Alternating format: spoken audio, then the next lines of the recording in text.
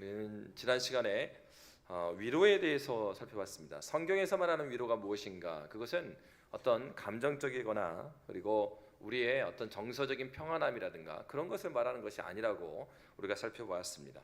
그러니까 성경에서 말하는 위로라는 것은 우리의 무엇에서 찾지 않고 삼위 하나님께서 우리에게 하신 일에서 찾는 거죠. 그러니까 우리 안에서 무엇인가 위로를 찾으려고 하면 그 위로는 완전할 수도 없고요, 또 영원할 수 없습니다. 그렇기 때문에 변하지 않으시고 불변하신 그 하나님, 무한하고 영원하신 그 하나님의 그 말씀에 근거한 하나님의 하나님 되심, 그리고 그 하나님 되심에 의해서 하신, 우리를 위해서 하신 그 일의 근거를 둘 때 그것이 참된 위로가 되고, 바로 그것은 그 참된 위로가 되는 그 위로는 우리 주 예수 그리스도 한 분뿐이다라는 고백을 요리문답은 하고 있습니다. 그러면 여러분, 이제 위로의 반대말이 뭘까 하는 것입니다. 그러니까 위로의 반대말은 하이델베르그 요리문답 둘째 주일에 나와 있는 바와 같이 죄와 비참함이에요. 비참함이죠. 위로의 반대말은 비참함입니다. 그래서 신앙의 선배들은 죄와 비참함을 2주일 때 바로 다뤘습니다. 그러면은 보통은 우리가 죄에 대한 얘기만 다루는데 왜 죄만 다루는 게 아니라 비참함까지 같이 다루는가? 그 죄만 다루게 되면 이게 죄라는 건요 굉장히 추상적입니다. 그래서요 우리가 생각할 때 이 사람이 생각하는 죄가 다르고 저 사람이 생각하는 죄가 다르고, 죄는요 범위가 굉장히 넓게 생각할 수 있어요. 그러니까 죄 자체는 굉장히 추상적이죠. 보이지 않고 피상적이고. 그래서 믿음의 선배들은 조금 더 구분해서 구체적으로 살펴봤던 거예요. 죄와 비참함. 비참함은 뭐냐? 실제로 그렇게 이제 살아가는, 죄에 빠져 살아가는 우리의 삶의 모습을 비참함이라고 그랬어요. 뒤에 이제 예화를 통해서 살펴보긴 할 텐데, 그러니까 중요한 것은 신앙의 선배들은 죄와 비참함을 함께 다뤘습니다. 그래서 그러면은 이 죄와 비참함이라는 것에 위로의 반대말인 이 비참함, 죄와 비참함의 특징이 뭔가? 그거는 이 위로도 어떤 것을 위로라고 했습니까? 위로도요 어느 하나가 나에게 위로가 된다 그런 측면이 아니고, 예수는 우리의 전체적인 우리의 지성이나 정서나 의지나 우리의 영혼뿐만 아니라 우리의 삶의 모든 영역에서 예수만이 유일한 위로가 된다고 그랬어요. 전체적이죠. 복음은 우리의 어느 한 부분만 좋게 만든 것이 아니에요. 우리의 존재 자체를 총체적으로 변화시킨 게 복음이에요. 그러니까 마찬가지로 그러면 이 복음이 들어오기 전에 우리는 어떤 상태였어요? 죄와 비참함의 상태인데, 복음이 그렇다면 죄는 우리를요 총체적으로 넘어지게 했습니다. 그래서 우리가 생각해야 될 것은 바로 이런 거예요. 우리가 종종 이런 얘기를 많이 합니다. 내가 다른 것은 다 괜찮은데 이것만 좀 고치면 내가 괜찮아, 이렇게 말하는 경우가 있어요. 근데 성경에서 말하는 죄와 비참함은요 그런 게 아니에요. 내가 뭐 이런 거죠. 시험 보는데 내가 과학만 어떻게 좀 잘하면 되고, 아니면 수학만 조금 올리면 되고, 난 다 괜찮은데 이렇게 다혈질인 게 문제야. 그래서 어떤 사람은 어떻게 말합니까? 목사님, 난 다른 게 아니고 너무 정직해.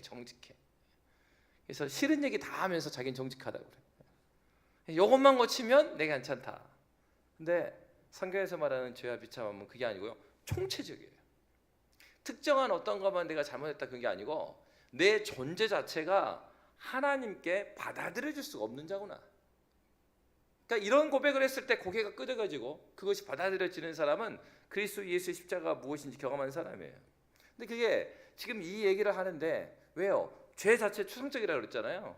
죄와 비참함에 대한 얘기를 하는데 이게 굉장히 모호하고 잡힐 것 같으면서도 아리송하고, 그런 경우는 아직 자기의 죄와 그 죄로 인한 비참함이 무엇인지를 아주 구체적으로는 알지 못하는 거죠. 그래서 성경에서 이러한 우리의 모습을요 어떻게 표현하고 있냐면, 구원받기 전에 성도들의 모습을 아주 리얼하게 바울이 에베소 2장 2절에서 3절에서 이렇게 표현하고 있어요. 우리 에베소 2장 2절부터 3절 말씀 우리 함께 보도록 하겠습니다. 함께 읽습니다. 그때 너희는 그 가운데서 행하여 이 세상 풍조를 따르고 공중의 권세 잡은 자를 따랐으니 곧 지금 불순종의 아들들 가운데서 역사하는 영이라. 전에는 우리도 다 그 가운데서 우리 육체의 욕심을 따라 지내며 육체와 마음에 원하는 것을 하여 다른 이들과 같이 본질상 진노의 자녀였더니. 이렇게 되어 있는데 잘 보시면 여기에 반복되는 단어가 나옵니다. 다시 한번 띄워주세요. 2절. 에베소 2장 2절에 보면은 이 세상 풍조를 따르고, 그러니까 우리가 예수 그리스도의 복음을 경험하기 전에 세상 풍조를 따르고 공중의 권세 잡은 자를 따랐다 이렇게 표현하고, 그리고 3절에서 보면은 전에는 우리도 다 그 가운데서 우리의 육체의 욕심을 따라 지냈다. 계속해서 무슨 단어를 쓰고 있냐면 따라 살았다, 따라갔다, 이런 표현을 쓰고 있어요. 이건 이제 뭐와 같냐면은 이런 거와 같습니다. 그 어릴 때 시골에서 자라다 보면요, 이제 그 시골 동네에 가운데 내가 있었어요. 근데 내가 이게 평상시에는 그렇게 크질 않는데 그 농사를 지으려면 보호를 만들어 갖고 물을 채워놨습니다. 근데 이제 홍수가 나면요, 그러면 어느 정도로 이제 그 산에서 물이 막 오면은 물줄기가 이렇게 꺾어지는 데서 이 물줄기가 얼마나 세냐면은 홍수가 나면요, 그 다리 앞에 있는 길이 없어져 버려요. 그래서 학교로 가려면 학교를 못 갑니다. 그래서 그때 그러면 뭐 동네 이장님이나 이렇게 홍수가 나고 길이 없어지면은 그 딱 그 동네 앞에에 그 국기 봉이 있었거든요. 그래서 그 태극기 봉이 있고 또 군 국기가 있고, 군기죠, 군기 있고, 그다음에 새마을 국기 이렇게 깃발, 요 세 개의 봉이 있었어요. 그러면 홍수가 나면은 그 봉을 다리를 만들어 갖고 그렇게 해갖고 이제 막 학교로 갔어요. 그런데 이제 그렇게 홍수가 나고 나면 장마가 딱 지나고 홍수가 나고 나면 이제 물살이 아주 셉니다. 그러니까 평상시에는 이렇게 보를 막아갖고 농사 지으려고 막아놨는데 거기서 이제 수영하고 놀아요. 근데 이제 이 시골 애들은 홍수가 나고 나면은 아주 이제 즐거운 놀이터가 생기는 거죠. 물이 엄청 많이 이렇게 흘러가기 때문에 보를 털어옵니다. 그러면은 이제 물살이 하나도 없던 이 시내가 물이 아주 세차게 흘러가요. 그럼 어른들은 사실은 홍수가 나면은 물이 좀 더러우니까 수영하지 말라 그러죠. 그러면 우리가 또 죄의 특징이 무엇입니까? 하지 말라 그러면 진짜 하고 싶죠. 그래가지고 꼭 수영 그 홍수가 나오고 나면 친구들이 꼬셔요. 그러면서 이제 막 그 호기롭게 어릴 때 그런 거 있잖아요. 야, 너 이거 해봤어? 그런 거 있죠. 야, 너 물살 이렇게 셀 때 수영해갖고 건너가 봤어? 이제 학교에서 막 서로 내기를 하는 거예요. 그러면 저도 남자잖아요. 야, 그거 나도 해봤다고 뻥을 쳤습니다. 그러니까 애들이 야, 진짜야? 너 진짜지? 진짜지? 학교 끝나고 내기하는 거야. 학교 끝나고 같이 갔어요. 가가지고 물살이 아직도 막 세고 평상시에는 뭐 키도 안 넘는데 이제 홍수가 나고 난 다음에는 키가 막 넘죠. 물도 막 좀 조금 더러운 물인데 좀 세게 지나고. 그러면 이제 첫 번째 녀석이 거기서 또 옷을 다 벗고 팬티만 입고 딱 뛰어듭니다. 이쪽 편에서 샥 타고 가서 어떻게 그 세찬 물을 따라갔고요. 막 어떻게 팔 이렇게 해가지고 이쪽 편으로 딱 건너가요.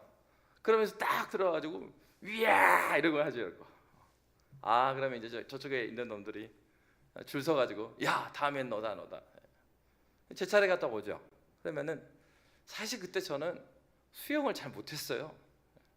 근데 학교에서 야, 뭐 그거 내가 안 해봤겠냐 말을 해놨잖아요. 이제 내 순서가 왔습니다. 그러니까 어떻게 해야 되겠어요? 들어가야죠. 저도 열심히 샥 들어갔죠. 딱 들어가는 순간 앞이 보이지 않으면서 분명히 애들은 이렇게 들어가고 떠서 반대편까지 수영해서 갔는데 저는 막 이제 물속으로 굴러갖고 막 가는 거예요. 와, 정말 그러고 하고 있는데 그러니까 정신이 없죠. 그래서 어프어프 하고 있는데 건너편에 먼저 간 놈들이 이 떠내려오는 나무를요, 긴 나무를 구해서 던져준 거예요. 야, 잡아가지고 이제 겨우 살았죠. 그래서, 야, 수영 잘한다며. 그러니까 이게 뭘 이야기하는 거냐면 이겁니다.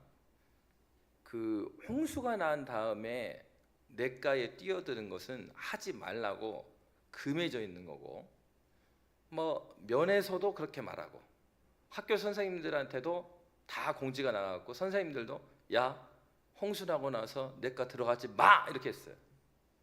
그러니까 이건 법이에요. 죄라는 것은 법을 어기고 들어가는 거예요. 그러면은 죄가 법을 어기고 들어가는 거였다면 비참함은 뭐냐면은 막상 들어가기 전에는 괜찮아요, 사실은. 근데 막상 들어가지 말라는 것을 어기고 제가 들어갔죠. 그 다음부터는 어때요? 제가 할 수 있을 것 같았는데 돼요? 안 되는 거예요. 이게 제 의지로 되지 않고 그냥 물살에 샥 따라가는 거예요. 오늘 방금 읽었던 그 에베소서에서 말하고 있는 세상 풍조를 따르고 공중의 권세 잡은 자를 따랐으니, 이 따랐단 말이 이 말이에요. 그러니까 우리가 죄에 빠졌다, 이 얘기는 아주 간단히 말해서 죄에 빠졌다는 얘기인데, 죄는 관역을 맞추지 못하는 거예요. 다시 말하면 하나님께서 주신 법에서 어긋나는 모든 것들이 죄예요. 그러면 이제 비참함이라는 건 뭐냐? 한번 그렇게 하나님께서 허락하신 그 말씀에서 어긋나고 나니까 그 다음부터는 뭐냐면 자기 의지로는 헤어나올 수 없는 거예요. 이 물살에 흘러가고 내 의지하고는 다르게 계속 흘러가는 거예요. 그것이 그리스도 예수로 말미암아 회복되지 않은 우리의 옛사람의 모습이라는 거예요. 분명히 우리가 볼 때는 야, 이제 이런 거 있잖아요. 그 아이들에게 무엇인가를 딱 지도하고 그럴 때도 야, 이런 거 하지 마라고 했을 때 이런 경우 있거든요. 부모님이 이해를 못해. 너는 왜 하지 말라는 걸 계속 하냐? 게임에 빠지거나 또는 여학생에 빠진 아들, 매를 맞아도 만나고 다녀. 그런 분들 계시죠? 그래서 결혼하신 분 계시죠? 그런 거예요. 그러니까 이게 나의 어떤 의지로 무엇인가를 헤쳐나가는 것이 아니고 죄에 빠진 다음에 거기에 흘러가고 따라가는 것, 그것이 죄와 죄의 비참함입니다. 그러니까 이거는요, 우리가 종종 생각할 때, 죄를 이야기를 할 때 죄를 쉽게 생각하는 경우가 많아요. 아, 내가 이 정도 신앙생활 했고, 내가 이 정도 교회를 나왔고, 이 정도 교육을 받았고, 이 정도 성경을 읽었으니 그러니까 괜찮지 않겠는가? 우리 신앙의 선배들은 죄를 그렇게 다루지 않았습니다. 죄는 우리가 생각하는 것 이상으로 아주 치밀하게 우리 가운데 들어와 있습니다. 위로라는 것은 바로 이게 무엇이에요? 바로 위로는 무엇입니까? 친구들이 나무까지 던져준 거예요. 근데 나무가 던져졌어요. 제가 잡았죠? 나와요. 그러면 어떻게 말해요? 누가 저를 구해준 거예요? 친구가 구해줬죠. 근데 제가 나와갖고 이렇게 말한다고 생각해 보세요. 야, 네가 구해준 게 아니라 그 나무를 잡은 내 손이 나를 구해줬다. 그게 말이 돼요? 안 되죠. 믿음이라는 것은 그거예요. 어떻게 우리가 구원받은 거예요? 믿음으로 말미암아 구원받아요. 근데 믿음으로 말미암아 구원받은 누구도 내가 나무 잡아서 구원받았다 이렇게 말하지 않아요. 나무를 던져주었던 친구가 나를 살려줬다고 말을 하지, 내 믿음 때문에 내가 구원받았다고 말하는 사람은 없어요.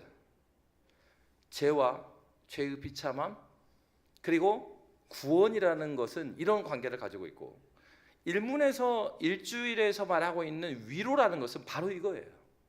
위로는 내가 무엇을 해서 나올 수 없는 그 상태 가운데 있을 때 외부로부터 무엇인가 구원의 도움을 주어서 내가 살아가는 거예요.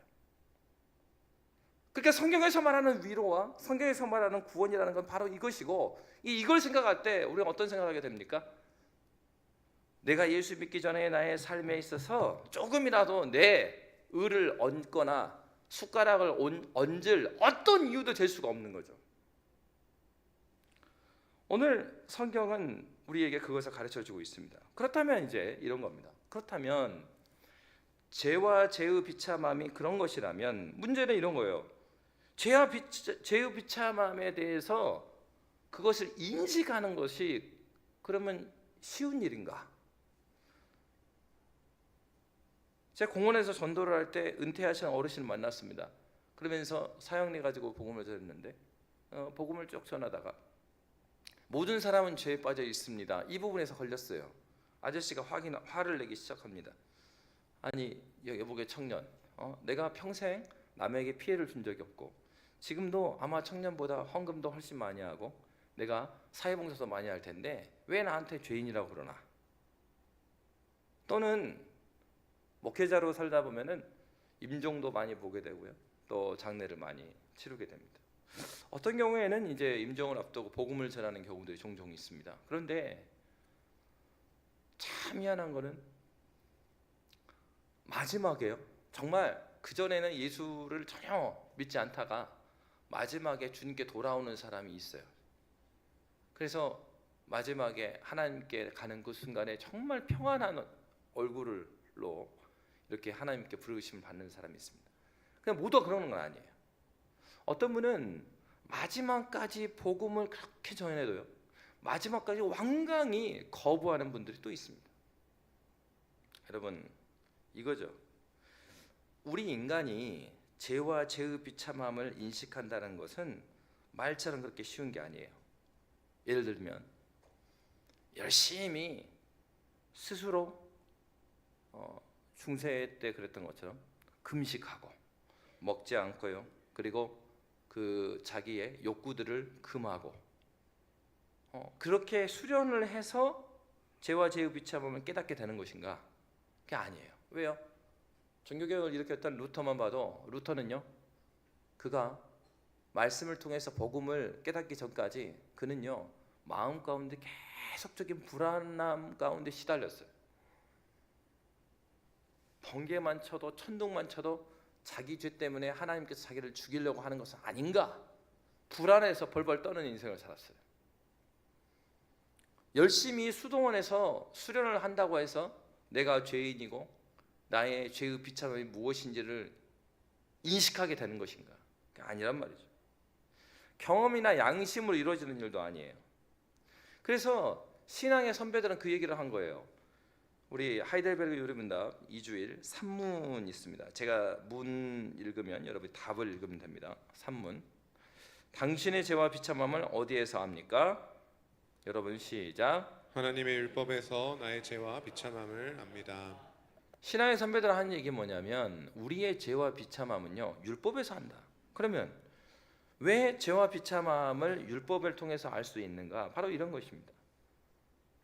우리가 만약에 우리의 양심이라든가 아니면 다른 사람들과 비교해서 내가 괜찮은 사람이다라고 생각하게 된다고 한다면 도덕적으로 우리보다 기준이 더 높은 곳으로 가면요 내가 아무것도 아니에요. 요즘에 이제 한국도 굉장히 좋아졌죠. 그런데 한국에 있다가 한 번씩 선교하러 뭐 중국이라든가 또 동남아를 가면은 막 웃음밖에 안 나오죠. 분명히 왕복 1차선인데 차선이 분명히 하나밖에 없어요. 이렇게. 근데 선교사님과 함께 차를 타고 가다 보면 차가 4대가 다니네. 그럴 뿐만 아니라 신호가 있긴 신호가 있는데 신호는 이 신호가 만들어주는 게 아니라 신호는 자기들이 만들어요. 여러분, 이게 아무리 선교지에서, 그러니까 그런 경우 있어요. 선교지에서 한 번은 제가 중국에 선교사님과 같이 가는데 직진이에요. 신호가 직진이에요. 그때 왼쪽에 있는 횡단보도가 거기도 초록불입니다. 그런데 좌회전을 해요. 횡단보도에 사람이 지나가 있는데 이 차와가 그때 지나가는 거예요. 그래서 제가 너무 놀라고 처음에는 이 차들 보고 화를 냈는데 선교사님한테 이해가 안 된다. 왜 이렇게 신호를 만들어놨냐, 사고나게. 근데 선교사님이 벌써 20년 이상 거기서 사역을 하셨어요. 선교사님이 이렇게 말합니다. 한국처럼 만들어 놓으면 사고가 더 많이 납니다. 이렇게 만들어 놔야 보행자도 조심하고 차도 조심하기 때문에 사고가 안 납니다. 황당한 소리죠. 이분은 지금 중국가 돼버렸어. 어디 계시다. 여러분, 이게 선진국에 가고 그러면요, 교통법규, 그리고 우리가 상식이라고 생각하는 것들, 사실 우리가 이제 한국에 있으니까 그러니까. 근데 더 법규를 잘 지키는 나라에서 오시는 분들은 우리에게 또 그렇게 느낄 거 아니에요. 여러분, 우리의 죄와 죄의 비참함이라는 것을 우리가 열심히 우리의 양심을 수련하고, 그리고 다른 사람들과 비교해서 내가 괜찮은 사람이지 이렇게 갖게 되면은 우리 안에요, 참다운 평안을 가질 수가 없습니다. 왜요? 우리보다 더 도덕적으로 잘 사는 사람들 앞에서는 우리가 아무것도 아니니까. 그러니까 여러분, 마찬가지입니다. 바로 위로가 살아서나 죽어서나 우리의 영원한 위로가 되시는 분은 우리 주 예수 그리스도 한 분뿐이라고 고백했던 것처럼, 이 죄와 죄의 비참함도 마찬가지예요. 무엇이 죄고 무엇이 비참함 가운데 있는가 하는 것도 변하지 않는 기준이어야 돼요. 여기 있으나 저기 있으나, 옛날이나 지금이나 동일한 기준 가운데서 우리가 얼마만큼 벗어났는가, 그리고 우리가 얼마만큼 돌아왔는가, 이 기준이 있어야 된다는 거죠. 바로 성경은 그 기준을 하나님의 말씀이라 이야기하고 있는 거죠. 하나님께서 주신 그 율법. 그래서 이사야 40장 8절에 보면 이런 말씀이 있죠. 풀은 마르고 꽃은 시드나 우리 하나님의 말씀은 영원히 서리라. 그러니까 영원히 변하지 않는 그 말씀의 자로 볼 때 우리가 누구인지 보이는 것입니다. 그래서 그러면 이런 거죠. 그렇다면 그런 영원한 하나님께 주신 그 말씀, 율법은 하나님께 주신 말씀이니까 그 하나님 말씀이 기준이 된다고 한다면, 그러면 하나님께 주신 그 율법, 넓게 말하면요, 구약 성경의 토라예요, 모세오경이에요, 창출 레미신. 그걸 좀 더 요약을 하면 어떻게 됐습니까? 하나님께서 모세에게 산에 주셨던 그 말씀이에요. 바리새인들이 이제 물어보죠, 예수님에게. 예수님, 그 당신은 하나님께서 우리에게 주신 그 법에 대해서 무엇이라고 생각하십니까? 그러니까 예수님께서 율법을 요약해 줍니다. 그것이 이제 요리문답 사문에 나와 있는 답변이에요. 자, 사문 제가 읽고요, 답을 여러분 읽습니다. 사문은 하나님의 율법이 우리에게 요구하는 것은 무엇입니까? 답 여러분 읽습니다. 함께 읽습니다. 답 보여주세요. 보이나요? 시작. 그리스도는 마태복음 22장에서 이렇게 요약하여 가르치십니다. 내 마음을 다하고 목숨을 다하고 뜻을 다하여 주 너희 하나님을 사랑하라 하셨으니 이것이 크고 첫째 되는 계명이요 둘째도 그와 같으니 내 이웃을 내 자신같이 사랑하라 하셨으니 이 두 계명이 온 율법과 선지자의 강령이니라. 아멘. 온 율법과 선지자의 강령. 다시 말하면 하나님께서 주셨던 말씀의 요약이 뭐냐? 하나님 사랑, 이웃 사랑이란 말이에요. 사랑이라 이거예요. 그러니까 근데 이제 중요한 건 이거죠. 그러니까 예수님께서 어떻게 말했습니까? 바리새인들 같은 경우에, 또 니고데모 같은 경우가 대표적이죠. 어떻게 해야 영생을 얻습니까? 딱 물어보니까 아마도 니고데모는 이 루터와 같이 비슷한 그 마음의 불안함이 있었을 거예요. 그러니까 밤에 공의의 의원이었던 그 바리새인이었던 니고데모가 낮에 찾아오지 않고 밤에 찾아옵니다. 사람들 눈에 이제 보이는 것을 꺼려하니까. 그러면 예수님께 우리 영생을 어떻게 얻냐? 그 예수님, 야, 성경에서 뭐라고 써져 있던 하나님 말씀 지키라고 되어 있습니다. 그럼 네가 어떻게 했냐? 그러니까 어려서부터 그거 다 지켰습니다 그래요. 그러니까 예수님께서 다 지켰다고 하니까 그런 얘기 하시잖아요. 부자 청년이 찾아왔을 때도 마찬가지고. 그러면 너 가지고 있는 것을 가난한 자한테 팔고 주고 나한테 다시 와라, 따라와라. 그러니까 근심하며 갔더라 이렇게 말하잖아요. 무슨 얘기입니까? 구약에서 말하고 있는 하나님의 말씀, 이것은 표면적인 것만을 말하고 있지 않아요. 유대인들은 어느 정도였습니까? 하나님 말씀을 지키는 것에 대해서 굉장히 중요하고 생각했기 때문에 율법을 하나하나 숫자로 다 셌어요. 모세에게 주셨던 명령 그 몇 가지인가 다 세보니까 613개였어요. 그러니까 613개고 신명기의 말씀에 보면은 그 말씀을 네 이마에 붙이고 다니고 네 팔에도 붙이고 다니고 그 다음에 문지방에도 붙이고 다니라니까 슈마 이스라엘 들으라. 신명기 6장 4절의 말씀을요 적어가지고 여기다도 붙이고 다니고 여기다도 붙이고 다니고 그리고 문설주에다도 붙이고 다녔어요. 안 잊어먹으려고요. 그 말씀을 지키기 위해서. 그러면서 613가지뿐만 아니라 613가지의 율법과 더해서 이것을 지키기 위해서 또 다른 규칙, 그래서 장로의 유전이라고 하는 그 규칙까지 만들어 거예요. 그걸 다 지키는 거예요. 그러니까 어릴 때부터 철저하게 이것 해야 하고 저거 해야 되고 이건 하지 말아야 되고 그걸 다 지켜왔던 거예요. 그러니까 그 까다로운 하나하나를 다 지켰기 때문에 바리새인들에게는 자신감이 있었죠.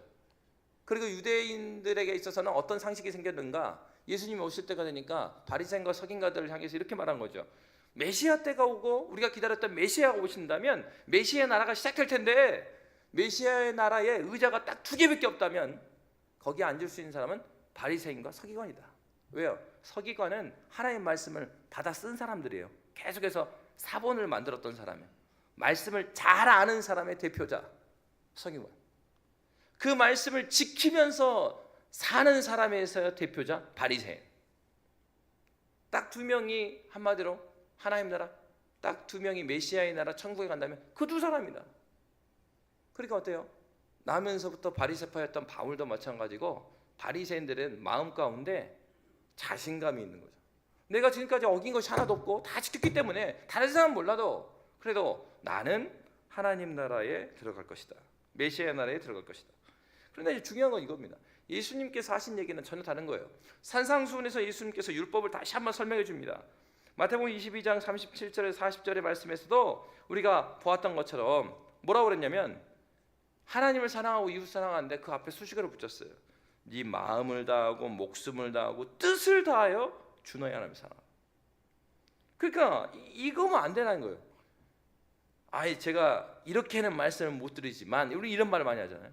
아이 목사님 제가 완벽했다고는 말씀을 못 드리지만 그런 얘기입니다. 그렇지만은 제가 몇 년도부터 우리 교회를 나와가지고요 저기 했고 했는데 내가 새벽 기도는 진짜 아파갖고 걷지 못할 때 빼고는 빠진 적이 없고 그 누구보다도 예배도 뭐도 이렇게 말하는 경우도 있단 말이에요.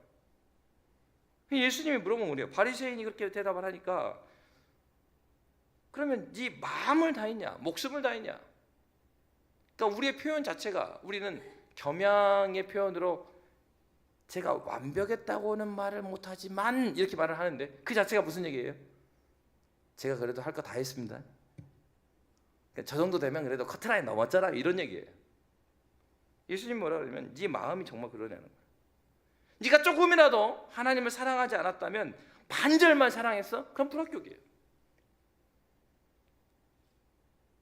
그러니까 여러분 율법이 우리의 죄와 죄의 비참을 인식하는 기준이 된다고 하면 율법이 그 기준이 되면 어느 누구도 예수님의 해석에 의하면 어느 누구도 그 커트라인을 넘을 사람이 아무도 없는 거예요. 그것이 우리의 죄의 비참함. 홍수가 났을 때 뛰어들었단 말입니다. 그래도 홍수 때는 수영을 하고 넘어간 녀석들이 있었어요. 근데 여러분 저도 바다에 살지는 않았기 때문에 모르겠지만 한번 여행을 갔을 때 배를 타고 섬을 간 적이 있었어요. 근데 배 앞부분에 조그만 배를 탔는데 이 넓은 대양으로 가니까 파도가 이게 이 배보다 엄청 크고 배 자체가 이렇게 들렸다가 막 내려오는 거예요. 그전에는 푸른 바다 너무 예쁘고 막 요트를 타고 그러니까 멋있었는데 이 큰 파도가 막 오니까요 이게 멋있는 게 아니라 두려운 거죠. 그 정도 수영하는 사람을 큰 파도가 치는 바다에 빠졌다고 보십시오. 살 수가 없는 거죠. 바로 그 얘기를 하고 있는 것입니다. 그러면 이제 이런 겁니다. 하나님의 율법이, 하나님께 주신 율법이 그 기준이 된다고 한다면, 그러면 아니 우리 중에 그 기준에 합당할 사람이 누가 있겠냐 이거예요. 그리고 또 이런 얘기를 하게 되겠죠. 아니 어차피 지키지도 못할 법을 그러면 하나님 왜 주셨습니까? 여러분 율법을 왜 주셨을까요? 율법은 우리의 구원을 위해서 주신 것은 아닙니다. 우리 이걸 기억해야 돼요. 신앙의 선배들이 이걸 알았어요. 그래서 오문에서 이렇게 묻습니다. 오문에 보면 당신은 이 모든 것을 온전히 지킬 수 있습니까? 답변이 뭐죠? 답변 우리 함께 있습니다. 시작. 아닙니다. 나에게는 본성적으로 하나님과 이웃을 미워하는 성향이 있습니다. 여러분 율법은요, 그 율법을 다 지켜서 너희가 구원을 받는다라고 하기 때문에 주신 것은 아니에요. 그러니까 율법을 다 지켜야 의로워지는 건 맞습니다. 그런데 율법을 다 지킬 수 있는 사람이 있냐 이거예요. 하나님의 뜻에 협족하게. 그런 사람 없다고. 그래서 바울 스승이 뭐라고 말합니까? 바로 율법이 몽학 선생이 되어서, 초등 교사가 되어서 우리를 복음으로 이끌었다. 그리스도께로 이끌었다. 여러분 율법이 주는 의미는 여기 있는 거죠. 율법은요 우리를 분명히 심판합니다. 하나님의 말씀은 분명히 우리를 자격이 안 된다고 말해줍니다. 우리는 이 말씀에 직면해야 돼요. 우리가 기준에 미치지 못한다는 것을 인정해야 됩니다. 왜요? 율법은 우리의 죄를 지적해 주기 위해서 우리에게 주셨기 때문에 그래요. 하나님의 말씀을 다 지키려고 하지만 지키지 못하는 것을 우리는 알게 되는 것입니다. 그러면서 어느 정도 선에 있을 때까지는 그래도 이것 하면 되고 저것도 하면 되고 이렇게 생각을 하다가 어느 순간에는 두 손 두 발을 다 드는 거예요. 그러면서 어떻게 고백합니까? 주님, 주님의 은혜가 아니면은 나로서는 살 수가 없습니다. 주님 살려주세요. 여러분 진짜로 급하면요 미사 여구 그렇게 기도 안 해요. 하나님께서 받으신 예배는 어떤 기도합니까? 진실한 마음을 받으신다고 그랬어요. 진짜 급할 때는 어떻게 하면 하나님 나 죽겠어, 나 좀 살려줘요. 하나님 내 마음을 드린다고요. 하나님께서 원하시는 우리의 태도는 바로 그거였어요. 이 율법을 주셨을 때, 이 말씀을 주셨을 때, 자 1번부터 100번까지 하고 하는지 잘 지키는지 체크해볼까? 다 체크해서 할 수 있는 사람은 없어요. 그러니까 어떻게 돼요? 주님 제가 못하겠어요. 하나님이 도와주셔야 내가 할 수 있을 것 같아요. 하나님을 절대 의존하는 대로 율법이 이끌어줘요. 뭐를 알게 해주셨어요? 내가 자격이 안 된다는 것을 알려줬어요. 죄는 얼마나, 죄의 비참함은 얼마나 깊은 것입니까? 철저하게 우리는 하나님의 기준에 도달하지 못한다는 것을 인정을 하지 않아요. 그래서 어떻습니까?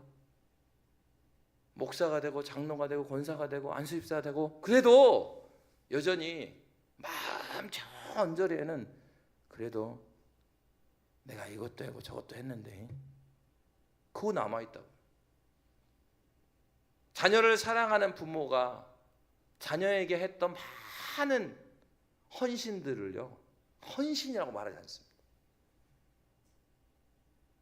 부모는 자녀에게 해주지 못한 것만 기억이 나요. 자기가 다 했고 헌신이야. 자녀가 생각했던 건 헌신이에요. 어머니의 그런 사랑이었어요. 근데 정작 어머니는 기억을 하나도 못해요. 왜요? 그건 다 사랑이었으니까. 우리가 하나님 앞에서 사랑으로 하나님께 드려진 것들은요 그거 하나하나 카운트 안 합니다.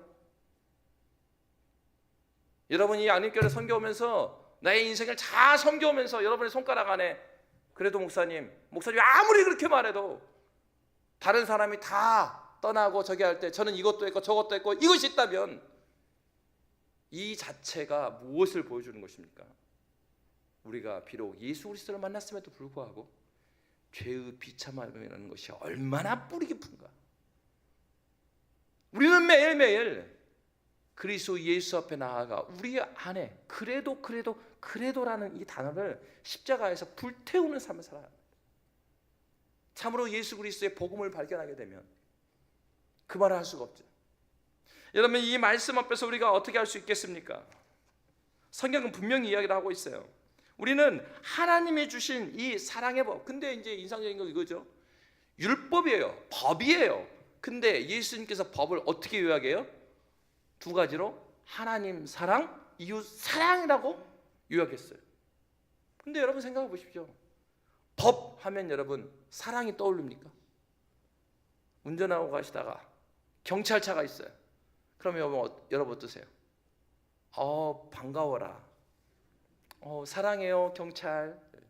유치원생들은 그러죠. 창문 내리고 와 폴리스 막 이러지. 근데 여러분 경찰 나오면 어떻게 해요?